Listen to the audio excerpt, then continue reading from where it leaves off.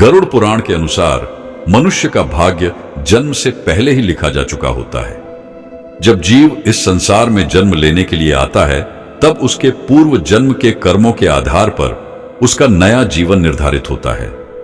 यमराज के दरबार में चित्रगुप्त, जो कि पाप और पुण्य का लेखा जोखा रखते हैं, प्रत्येक आत्मा के पूर्व जन्म के कर्मों का हिसाब करते हैं और उसी के अनुसार नए जन्म में उसके जीवन की परिस्थितियां तय होती हैं।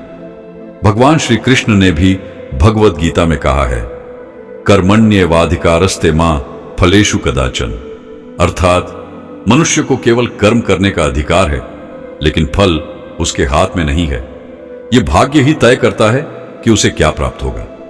आइए इसको एक कथा के रूप में समझते हैं। बहुत समय पहले की बात है। एक छोटे से गांव में एक वृद्ध संत रहते थे।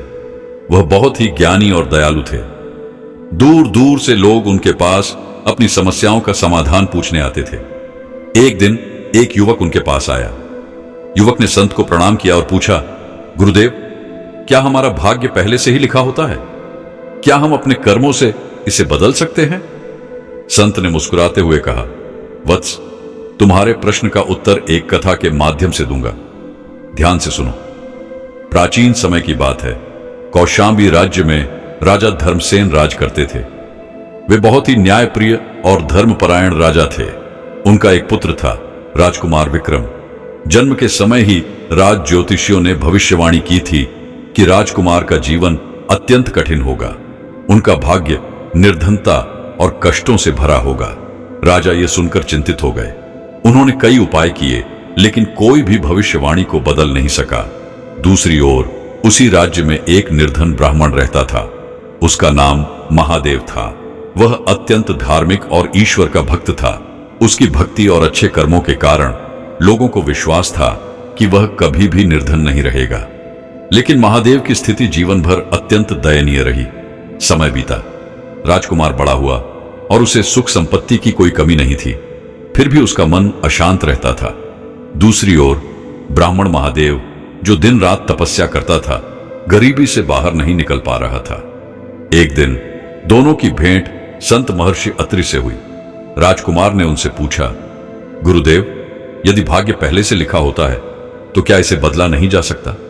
महर्षि मुस्कुराए और बोले, मैं तुम्हें भगवान चित्रगुप्त के दरबार में ले चलूंगा। वहां तुम्हें अपने प्रश्नों का उत्तर मिल जाएगा।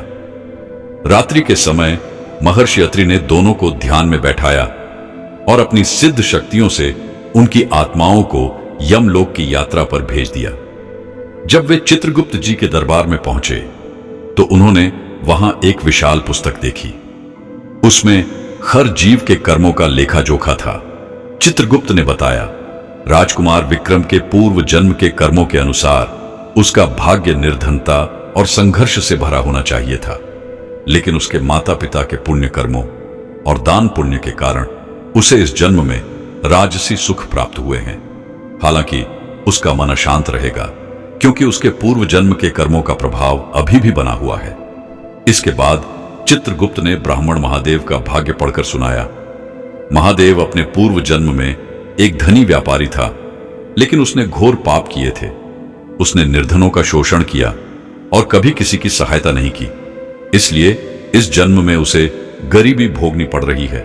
भले ही वह अब भक्ति करता है और सत्कर्म करता है, लेकिन यदि वह इस जन्म में अच्छे कर्म करता रहेगा तो उसका अगला जन्म अत्यंत शुभ होगा। अब राजकुमार विक्रम और ब्राह्मण महादेव के मन में यह प्रश्न आया, क्या हम इस जीवन में अपने कर्मों से अपने भाग्य को सुधार सकते हैं? चित्रगुप्त ने उत्तर दिया, हां, कर्मों से भाग्य बदला जा सकता है, लेकिन तुरंत नहीं। जो प्रारब्ध कर्म पूर्व जन्म के कर्म होते हैं वे इस जीवन में भोगने ही पड़ते हैं। लेकिन यदि कोई सत्कर्म करता है, भक्ति करता है, सेवा करता है, तो उसके भविष्य के जन्म सुधर सकते हैं। संत महर्षि अत्रि ने राजकुमार और ब्राह्मण को वापस उनके शरीर में लौटा दिया।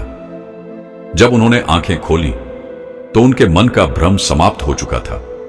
राजकुमार विक्रम ने निश्चय किया कि वह अपने अशांत मन को शांत करने के लिए ध्यान और भक्ति करेगा और लोगों की सेवा करेगा। ब्राह्मण महादेव ने यह समझ लिया कि गरीबी उसका प्रारब्ध है, लेकिन यदि वह निरंतर अच्छे कर्म करता रहेगा तो उसका अगला जन्म अवश्य ही सुखद होगा। भाग्य हमारे पूर्व जन्म के कर्मों से निर्धारित होता है। प्रारब्ध कर्म को इस जन्म में बदला नहीं जा सकता, लेकिन भविष्य के जन्म सुधारे जा सकते हैं। जो व्यक्ति अच्छे कर्म करता है, भक्ति करता है और सेवा करता है, उसका भविष्य अवश्य ही उज्जवल होता है।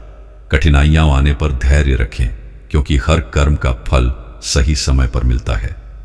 तो मित्रों, यह थी गरुड़ पुराण के सिद्धांतों पर आधारित एक प्रेरणादायक कथा। यदि आपको यह ज्ञानवर्धक कथा अच्छी लगी तो इसे और लोगों तक जरूर पहुंचाएं। धन्यवाद। हरिओम।